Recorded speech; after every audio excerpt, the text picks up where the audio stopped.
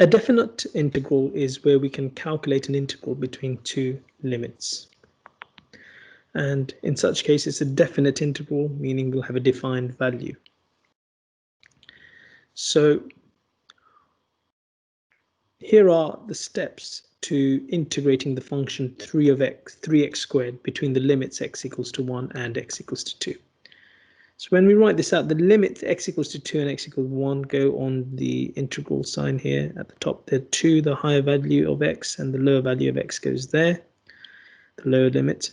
The function that we are integrating, 3x squared, when we integrate that, we add 1 to the power, which becomes x cubed, divide by the new power, so we get x cubed. And then we write the limits here, 2 and 1, on outside the square brackets on the right-hand side. We then go and take turns and substitute the upper limit and then subtract the lower limit. So we substitute 2 instead of x, so 2 cubed, and then minus 1 cubed, which gives us 8 minus 1, giving us a value of 7. So that's a way of finding the definite integral. So the steps, in summary, there are 3 stages. First of all, we write down definite integral in this form here, with the limits, upper limit and lower limit on the integral sign. We then integrate and write the integral in square brackets with the limits outside the square brackets.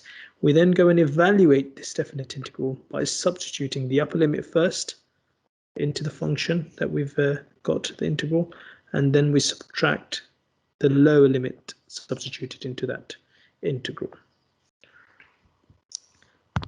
Let's take a look at an example of this.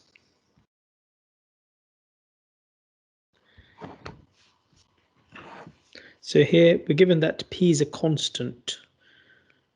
So it's a number here. And when integrated between the limits of 5 and 1, the answer is 4p squared. Now show that there are 2 possible values of p and find these values of p. That's what the question is. So let's just focus first of all on simply doing this integral here, this definite integral. We'll worry about the 4p squared in a moment. So if we were to integrate this, what does this get us? So the integral of between 5 and 1 of 2px plus 7, and we're integrating with respect to x. So what does that get us? Well, when we integrate this, we add 1 to the power. So currently the power on x is 1, so if we increase that, that becomes x squared. The 2p remains where it is, and then we divide by the new power, which is 2, plus 7x. So there's our integral, and put that inside a square bracket, and put our upper limit here, 5, and the lower limit, 1.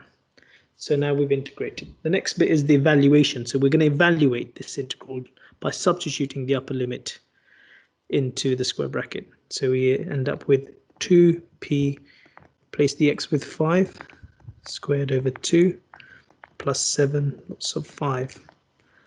All of that, that's our upper limit substituted into the square bracket, minus our lower limit substituted into the square bracket, 2p 1 squared over 2 plus 7 lots of 1.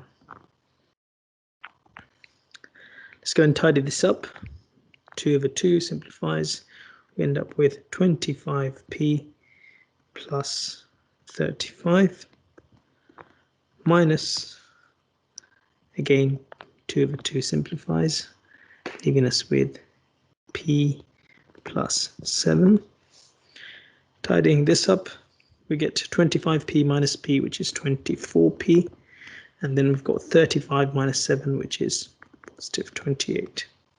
So that's this integrated, but then they have told us that this is equal to 4p squared.